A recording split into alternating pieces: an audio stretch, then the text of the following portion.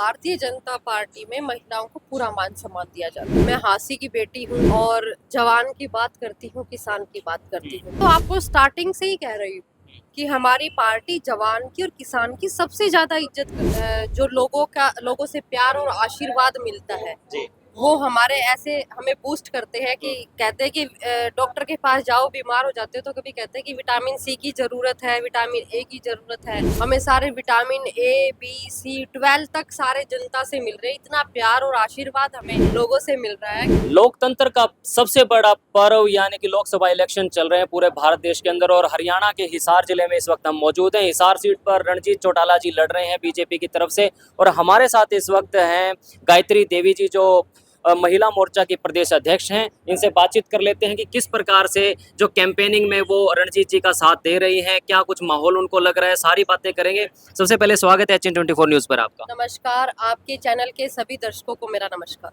Madam पहले तो ये बताएं कैसी हेल्थ रहती है आपकी, क्योंकि कैंपेनिंग में आप लगातार बाहर रहते हैं रणजीत जी के साथ, गांव डोर टू डोर आप सर्वे कर रहे हैं, कैसे अपने आप को फिट और मेंटेन रख पा रहे हैं? देखिए, जो लोगों से प्यार और आशीर्वाद मिलता है जी वो हमारे ऐसे हमें बूस्ट करते हैं कि कहते हैं कि डॉक्टर के पास जाओ, बीमार हो जाते हो तो कभी कहते हैं कि विटामिन सी की जरूरत है, विटामिन ए की जरूरत है।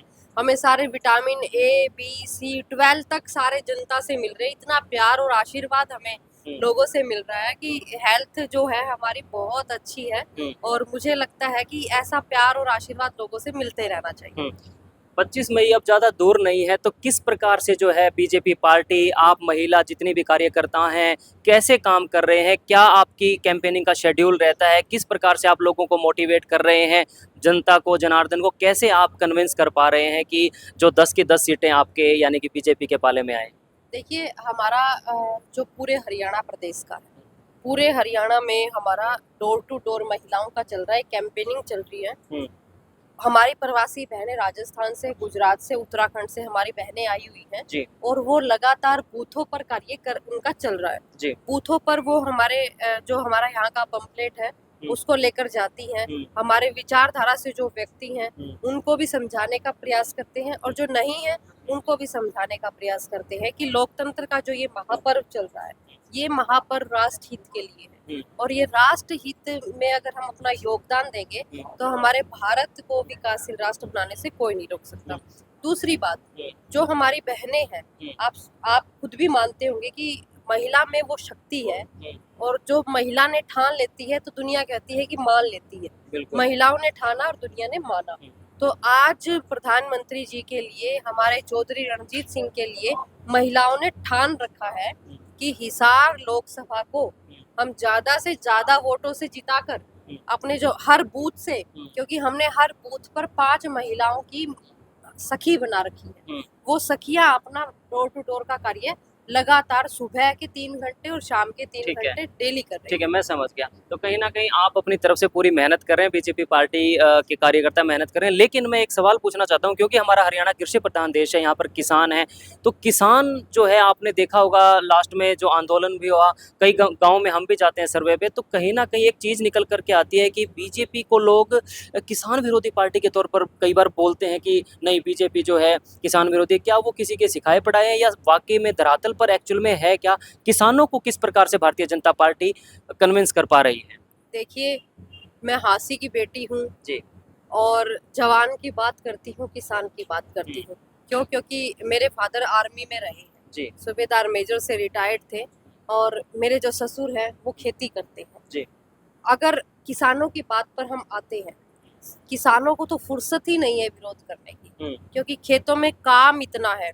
एक घर की महिला जब सुबह से लेकर रात तक घर में काम करती है और किसान का जो खेत है वही उसका घर है। ये जो आप किसानों को देख रहे हो, तो ये कौन लोग हैं जो border पर विपक्षी बैठते हैं? पार्टियों द्वारा भड़काए हुए, बहकाए हुए, फैलाए हुए, फिसलाए हुए लोग हैं। चौधरी छोटू राम जी कहते थे कि बोलना सीख और आदमी की पहचान करना सीख।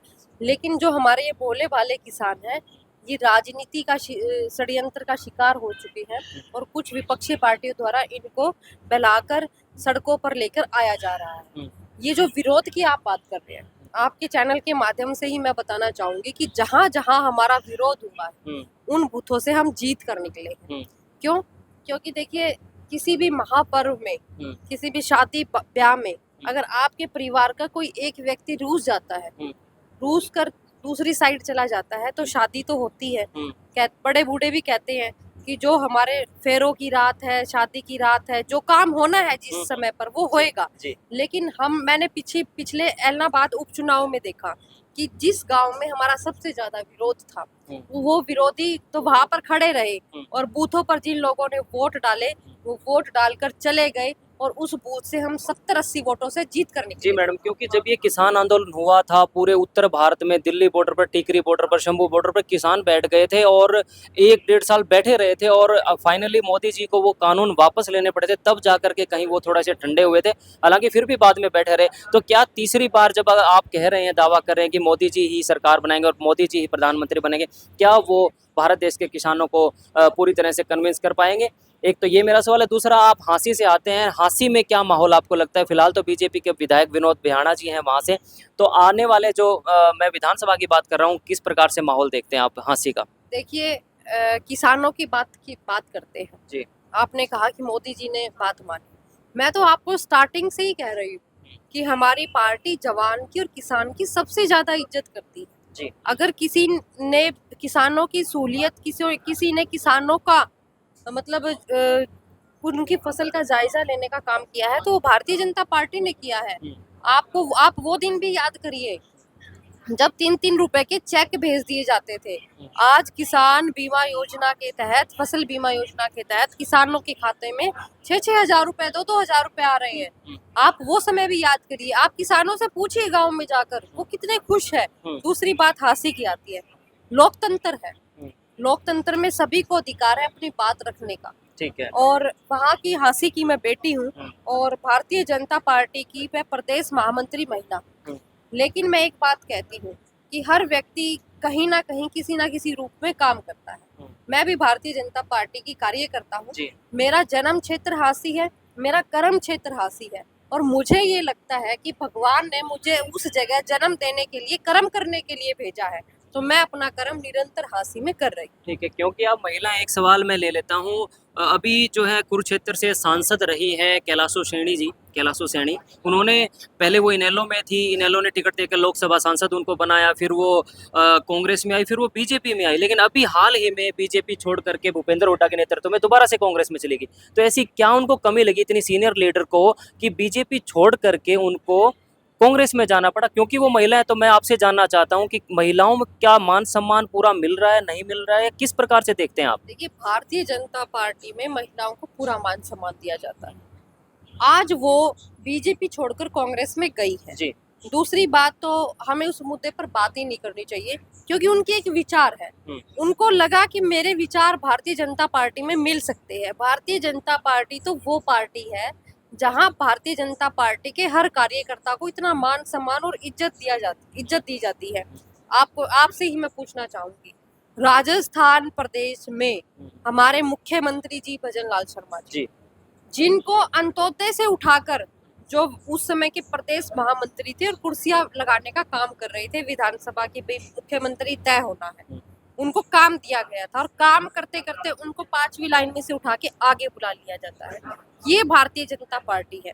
दूसरी बात, मैं एक फौजी की बेटी हूँ, मेरा कोई राजनीतिक बैकग्राउंड नहीं, बिना राजनीतिक बैकग्राउंड के होते हुए पार्टी ने मुझे महिला की हिसार जिले की जिला अध्यक्ष बनाया।